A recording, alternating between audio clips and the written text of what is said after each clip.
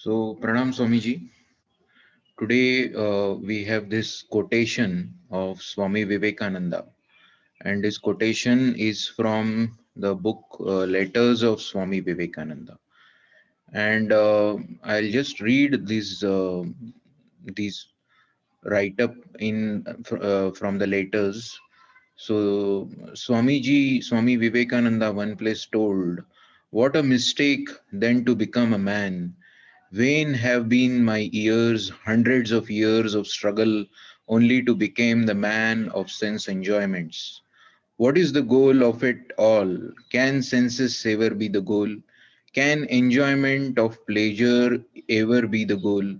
Can this life ever be the goal of the soul?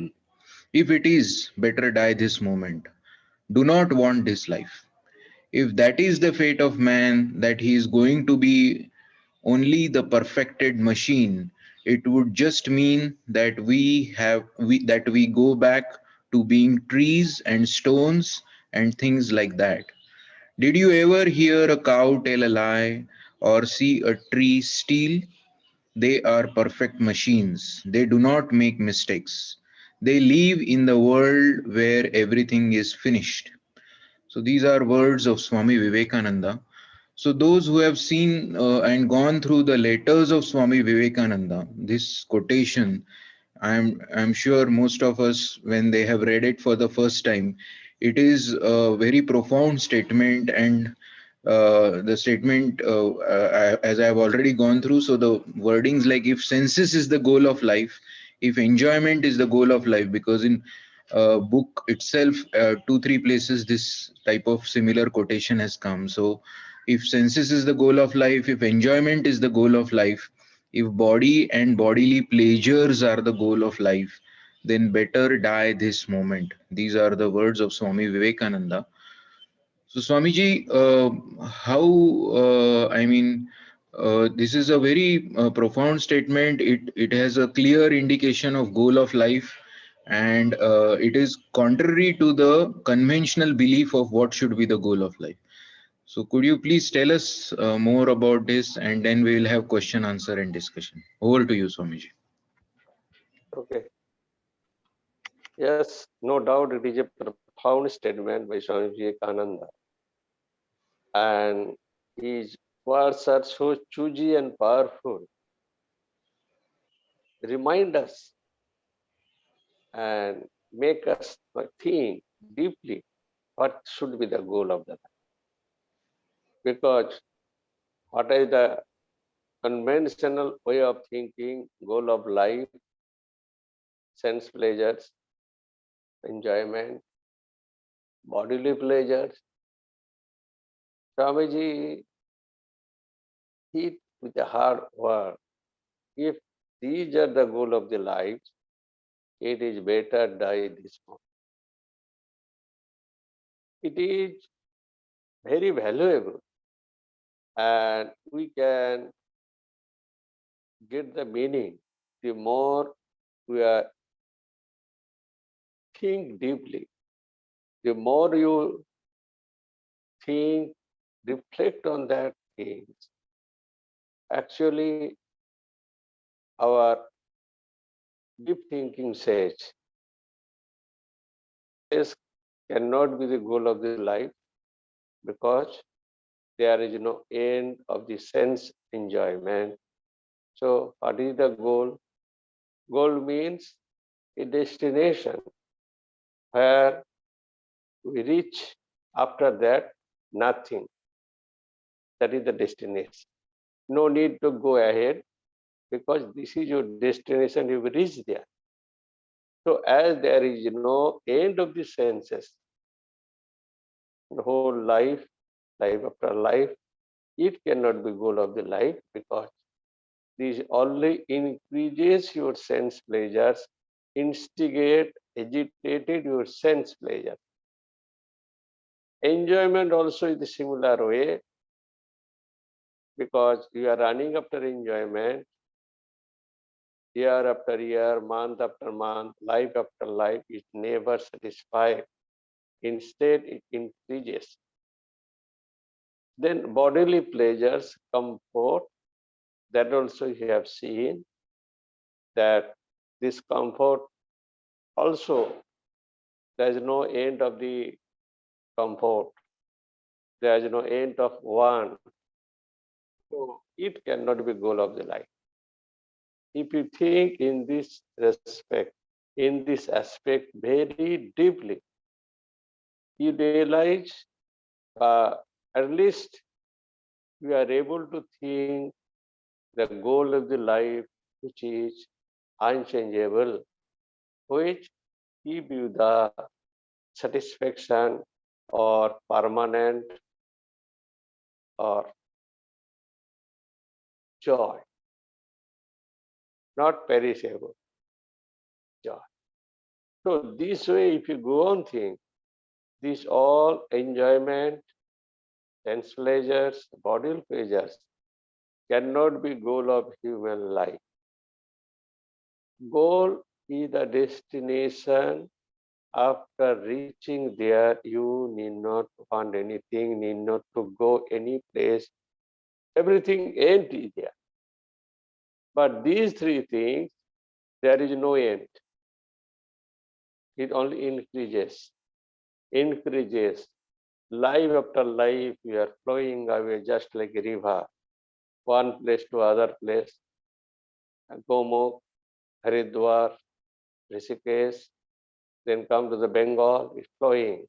There is no end. Sense pleasure, enjoyment, bodily pleasures, we are just running away. We are also whole life running away. We never thought it and never stop it and never want to know what is the actual goal of human life. Because definition of goal, you have to keep in the mind, the reaching there, you nothing to gain, nothing to get. That is the destination of them. So destination, goal of the life is which give you the destination, give you joy. So what is the goal of the life? Goal of the life is uninterrupted peace, joy, which will derive from the knowledge of Atman, from the knowledge of Brahman, from knowledge of the self. So self is the ultimate goal of human life. From we want to go back from where we have come back. That is the goal of life. So that is Atman, Brahma, which give you permanent bliss, peace, and joy. But people forget because of the three, four things: bodily pleasures, sense pleasures, and enjoyment. So this is a very serious thinking, deep thinking is there, meaning will be revealed to you, and it will be clear these are not the goal of the life. Unfortunately, we are running after these three things as a human being without knowing, just, just like a foolishly. So intelligent people are those who understand the meaning of this sentence of the quotation. Is the goal of the life, it is not either self, Atman, God, or Ishar. So in short, this is the meaning. To with this quotation, Swamiji wanted us to think and discover the truth of the life, goal of the life. Force us to think, to find out, see, discover the goal of the life, infinite joy, bliss derived from the Atman and Brahma. So actually this is the meaning. There are so many other quotations also there in support, so many arguments also there. In even if you see your own experience, we are running after temporary goal, not ultimate goal. because to get money, enjoyment, these are all temporary. This is an ultimate goal. Ultimate goal which give you perennial source of joy. That is Atman, Brahma, joy, self, etc. So now you can start question answer and clarity will come within. Yeah, So thank you, Swamiji. So, Swamiji, first and the foremost thing after reading this statement of Swami Vivekananda for the first time, when we read if senses is the goal of life, if enjoyment is the goal of life, if body and bodily pleasure is the goal of life, better die this moment. So, when we read it for the first time, we think that is it there is no mirth, there is no laughter in spirituality? Is it a very serious thing? Is it because how we understand that life is joy, life is enjoyment, and everything is very strict here with this statement. So, how we understand, like, is spirituality is like a scorching sun, dryness, and no mirth and laughter? Why is this the midst? How to interpret this? I mean, this is the first thing which comes to mind. the spirituality is a scorching sun for those who aim is to whose aim or goal of the life is sense enjoyment, bodily pleasures, etc. But spirituality is not a scorching sun for those who realized and understood the goal of the life. But the people who are not able to, or they have not understood the true goal of the life, for them this is a spirituality dryness, scorching sun. See, as for examples, when people are studying hard and those who are, say, become a doctors, engineers, research scholars, how much time they are spending in that and finding joy, whole day and night busy and merge with the thought, research scholars, doctors, engineers, whereas ordinary people, mediocre students, they think it is useless. It's a monotony, how much time and how they derive joy when they are marching their thinking of their subject, research scholars. So similar is the case in the spirituality. Those who have understood truth of the life, goal of the life, it is not a scorching sun or it is a dry subject for them. As for the mediocre student, the dry things, the dry subject, whole day when they see the students or scholars, whole day merge with their research work. So it varies condition of the mind, level of the mind to derive joy. And they are not able to derive joy and they cannot get the joy. That is why they think dry. But those people who are deriving joy, getting joy, that is an enjoyable thing. So there is no question of delusion. It is a question of level of the mind. Ordinary people, they think it is a delusion or it is a bogus thing or statement. And that means, in other words, Swamiji insisting that spiritual goal or God, Brahma is the goal of human life. So there's a two perspective. One who is able to understand, one who is not able to understand. Two views will be reflected or derived from the spiritual statement. But when we give any statement of the God, Atman and Brahman, I Yeah. think it is clear now. Yes, Swamiji.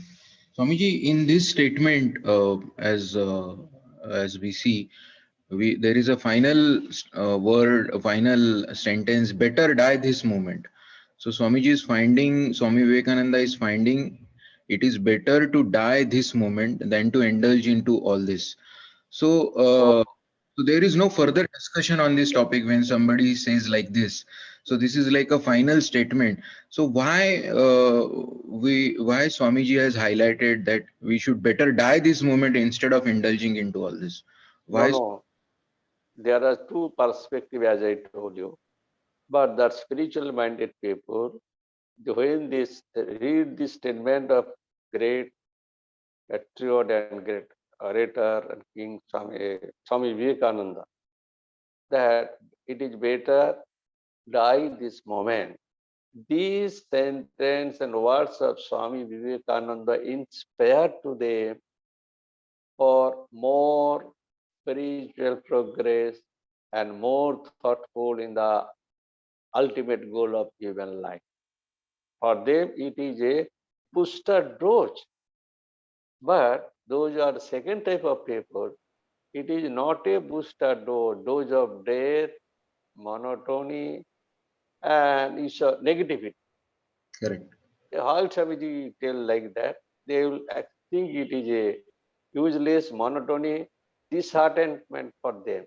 But other side, those who understood the spiritual is a great booster and great power boosting dose like Horlicks and boosting dose you eat, then you are more powerful, energetic.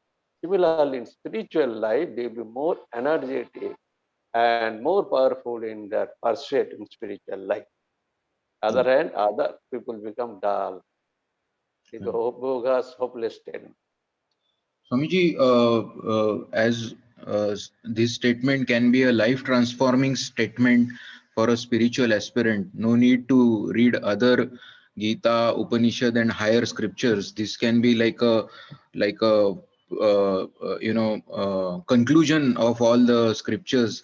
This type of statement has so much of power. So my question is, when we read these type of profound quotations by rishis and munis and somebody of stature of Swami Vivekananda, how to apply this in our life? Like how, when Swamiji says, think of one ideal, make your that as a goal of life, breathe on it, think of it day and night. So when we read this statement, what are the steps so that we can imbibe the spirit of this statement and can transform our life in that direction? How to utilize this opportunity with this profound thought of Swami Vivekananda?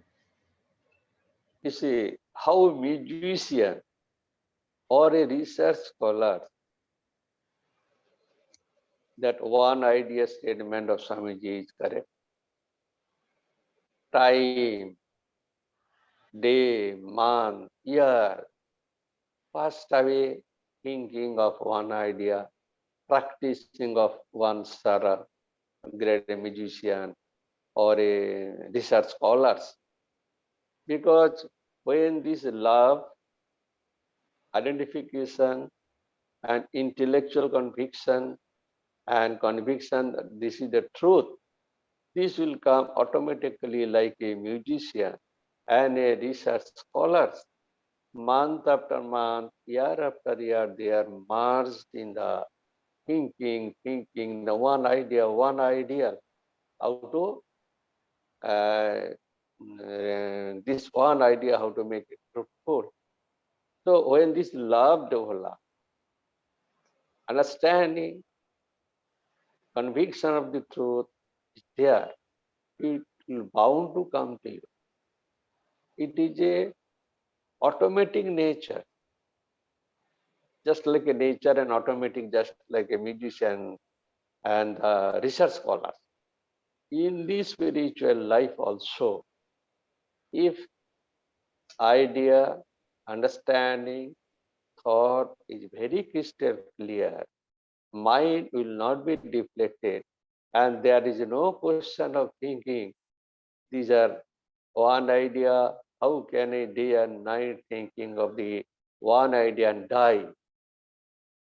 That is Swamiji's idea. Think, and die on an idea. As you see the in the report, for example, musician, research scholars, ready-made answer. How? How they got it, that power? Focus mind, concentration, because their love and conviction of the truth, conviction of the music, conviction of the scientific object. So these things, if there, it will bound to come to you.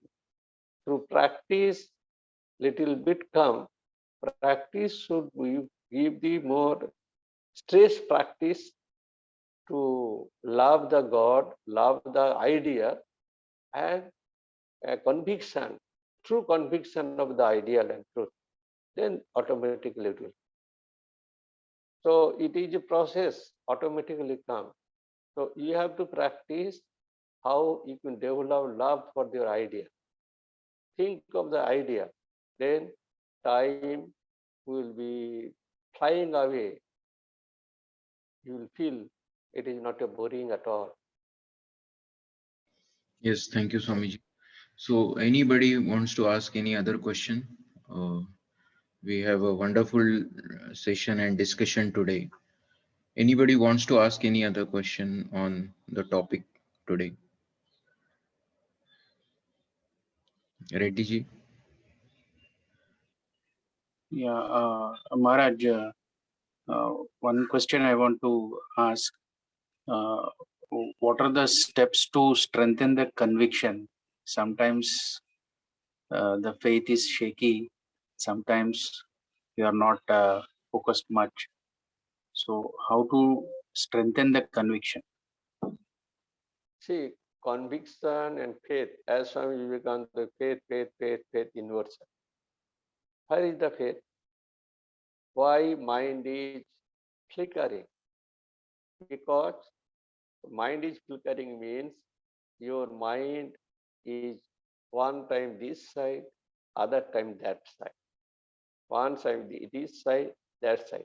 That means mind is not ready, or mind is not focused for one object and one idea. Still doubt is there. As you say, we love God. We love God. That is coming from the mouth.